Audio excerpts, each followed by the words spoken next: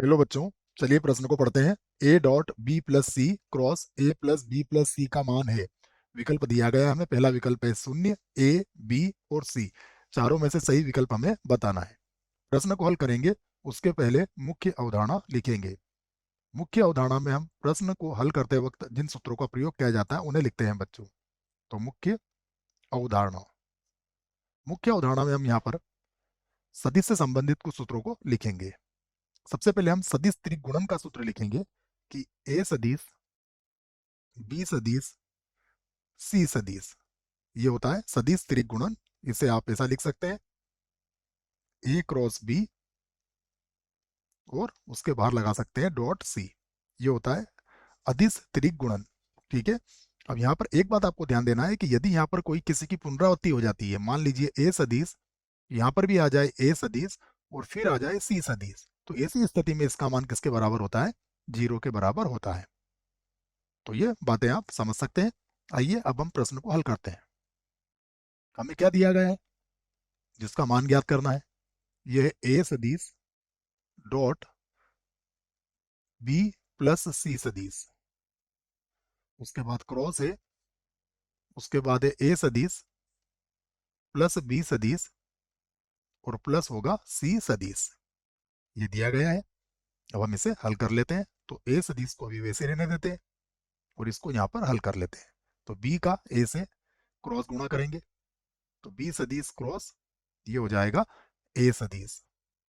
उसके बाद B cross B होगा, बी सदिश क्रॉस बी सदिश।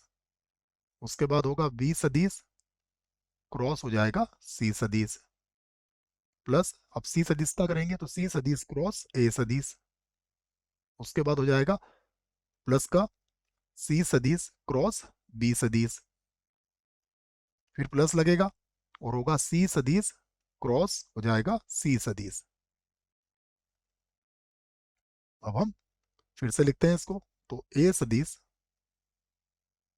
बी सदिश क्रॉस ए सदिश को हम क्या लिख सकते हैं? माइनस का ए सदिश और क्रॉस बी सदिश लिखा जा सकता है। बी क्रॉस बी ये 0 होता है, प्लस यहाँ हो जाएगा बी सदिश क्रॉस हो जाएगा सी सदिश। यहाँ पर सी क्रॉस ए हो जाएगा, प्लस हो जाएगा सी सदिश और क्रॉस हो जाएगा ए सदिश। यहाँ पर देखिए तो सी क्रॉस बी है, फिर से लिख देंगे इसको सी सदिश क्रॉस बी सदिश, और सी क्रॉस सी 0 के बराबर होता है। अब हम यहाँ लिख लेते हैं इसे बराबर लगा के। तो ये होगा माइनस का ए सदिश डॉट डॉट आ जाएगा यहाँ पर, फिर से ए सदिश क्रॉस बी सदिश। इसको वैसे ही लिख लेंगे हम।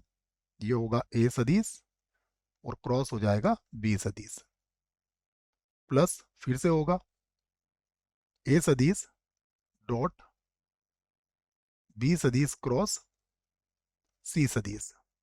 यहाँ पर भी इसको इसी प्रकार लिख लेते हैं।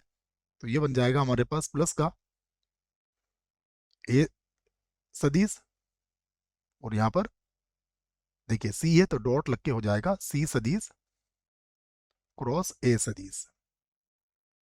एक बार और गुणा करना पड़ेगा, 1 2 3 4 पद थे।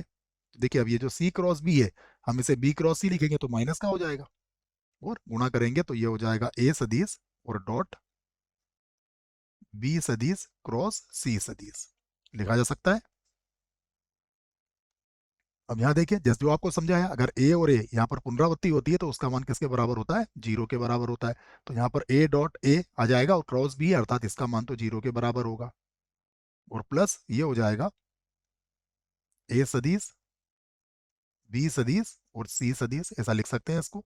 यहाँ पर भी देखिए यहाँ भी ए है यहाँ भी ए, अर्थात ये भी 0 के बराबर हो जाएगा, और माइनस इसे हम लिख सकते हैं ए सदिश बी सदिश सी सदिश। इस प्रकार इसको लिखा जा सकता है। पुनः देखेंगे तो ये घट जाएगा और घटने के बाद क्या मिलेगा? हमें 0 मिलेगा। तो हमारा उत्तर आ चुका है। विकल्प देखते हैं तो विकल्प ए में लिखा गया है 0, अर्थात विकल्प ए जो है ये सही विकल्प है। आशा करता हूँ बच्चों प्रश्न का उत्तर अच्छे से समझ में आया होगा। धन्यवाद।